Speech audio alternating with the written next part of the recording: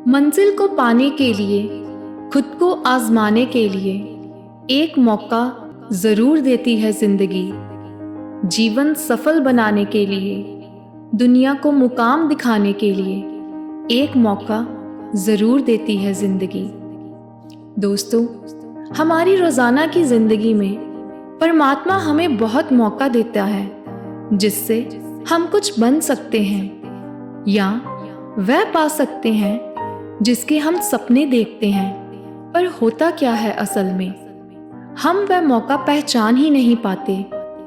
आया हुआ अवसर हाथ से कब निकल जाता है हमें पता भी नहीं चलता, या हमारी कंजूसी की वजह से या फिर हमारी लापरवाही की वजह से। तो दोस्तों, दूसरा मौका सिर्फ कहानियां देती हैं, जिंदगी नहीं। इसलिए आपको जो भी मौका मिले उसे हाथ से जाने मत दो। आज हम इस कहानी के जरिए जानेंगे कि हम क्या गलतियां करते हैं जिससे मौका गवा देते हैं। तो शुरू करते हैं हम आज की बड़ी ही दिलचस्प कहानी। एक बार की बात है, एक छोटे से गांव में एक मजदूर रहता था। वह रोज खेतों में से मिट्टी खोदकर निकालता, अपने गधे पर लादता और उसे बेच दिया करता था। एक बार कड़कती धूप में वह मजदूर खेतों में से जब मिट्टी खोद रहा था तो मिट्टी खोदते खोदते उसे उस मिट्टी में से कुछ बहुत ही तेज चमक वाली चीज दिखाई देती है। वह उसे और खोदता जाता है तो उसे एक बहुत ही कीमती हीरा दिखाई देता है।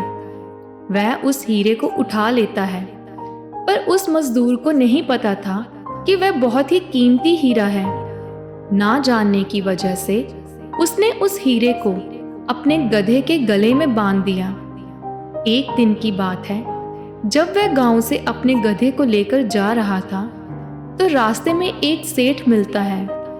वह सेठ उसी गांव का रहने वाला था जो एक छोटी सी किराने की दुकान चलाता था। जब उस सेठ ने उस हीरे को गधे के गले में देखा तो उस मजदूर से पूछा कि यह तुम्हारे गधे के गले में चमकती हुई चीज क्या है? बहुत ही सुंदर और चमकदार है। मजदूर ने कहा कि यह एक चमकीला पत्थर है, मुझे मिट्टी खोदते समय मिला था। सेठ को वह चमकीला पत्थर पसंद आ जाता है और वह सेठ उस चमकीले पत्थर को 50 रुपए में खरीद लेता है। वह सेठ उस चमकीले पत्थर को अपनी दुकान के तराजू पर लगा देता है। अब जो भी सेठ की दुकान पर आता उस चमकीले पत्थर को देखकर उसकी बहुत तारीफ करने लगता। एक बार ऐसे ही एक जौहरी उस सेठ की दुकान पर आता है और जब वह उस कीमती हीरे को सेठ के तराजू पर लटका हुआ देखता है तो वह जौहरी समझ जाता है कि यह कीमती हीरा है। वह उस सेठ से पूछता है कि यह क्या है और आपने इसे अपने तराजू पर क्यों लटकाया है? सेठ उस जौहरी से कहता है कि यह एक चमकीला पत्थर है, मैंने एक मजदूर से 50 रुपए में खरीदा था। वह जौहरी उस सेठ से कहता है कि क्या तुम इस चमकीले पत्थर को मुझे बेचना चाहोगे? सेठ उस जौहरी से कहता है कि अगर तुम इसे खरीदना चाहते हो तो मुझे इसके 100 रुपए दे दो और इसे ले जाओ। जो जौहरी था वह बहुत ही कंजूस था। उसने सेठ से कहा कि मैं इस चमकीले पत्थर के तुम्हें 80 रुपए दे सकता हूँ, चाहिए तो बताओ, नहीं तो मैं जाऊं। सेठ अपने 100 रुपए पर ही अड़ा रहा। उसने कहा 100 रुपए देने हैं तो अभी के अभी ले जाओ, वरना 1 रुपया कम नहीं। जौहरी यह सोचकर वहां से चला गया कि आज वह सेठ नहीं मान रहा, पर मैं कल आऊंगा और इसे 90 रुपए देकर चला जाऊंगा और वह कीमती हीरा ले जाऊंगा। लेकिन हुआ कुछ ऐसा कि उसी दिन शाम के समय कोई दूसरा जौहरी उसी गांव के रास्ते से जा रहा था और अचानक उसी गांव में उसकी गाड़ी खराब हो जाती है। जितनी देर तक उसकी गाड़ी ठीक हो रही होती है वह जौहरी सेठ की दुकान पर कुछ लेने के लिए जाता है और जब वह जौहरी उस दुकान पर पहुंचकर उस कीमती हीरे को उस तराजू पर लटका हुआ देखता है तो सेठ से उसे खरीदने के बारे में पूछता है। सेठ उसे भी वही कहता है, 50 रुपए में लिया था, आपको 100 रुपए में दे दूंगा। वह जौहरी बहुत तेज और बुद्धिमान था। उसने एक पल भी नहीं गवाया और तुरंत सेठ को 100 रुपए देकर वो हीरा लेकर वहां से चला गया। अब दूसरे दिन जो पहला जौहरी था वह सेठ की दुकान पर आया और उसकी नजर तराजू पर पड़ी तो उसे वह हीरा वहां नहीं दिखा। उसने सेठ से उस हीरे के बारे में पूछा कि वह चमकीला पत्थर कहाँ गया।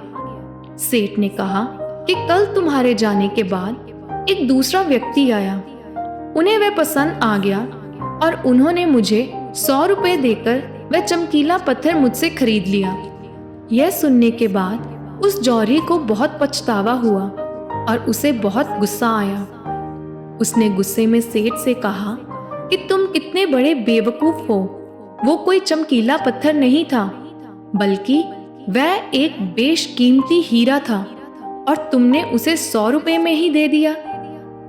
अब यह सुनने के बाद उस सेठ ने उस जौहरी से कहा कि साहब, ऐसा है कि मुझे तो पता नहीं था कि वह एक बेशकीमती हीरा है, पर आपको यह पता होने के बावजूद भी आप कल मुझसे 20 रुपए के लिए बहस कर रहे थे, तो मुझसे बड़े बेवकूफ तो आप हुए ना, जिन्होंने 20 रुपए के लिए एक बेशकीमती हीरा खो दिया।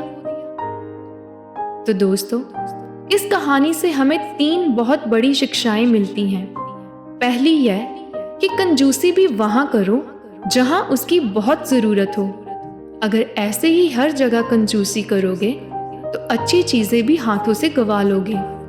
दूसरी सीख हमें यह मिलती है कि हाथ में आया हुआ अवसर यानी मौका हमें कभी नहीं गंवाना चाहिए। अक्सर हम अपने आप को बहुत होशियार समझकर कई सारे मौके अपने हाथ से गंवा देते हैं। इसलिए दोस्तों, जिंदगी मौका बार बार नहीं देती।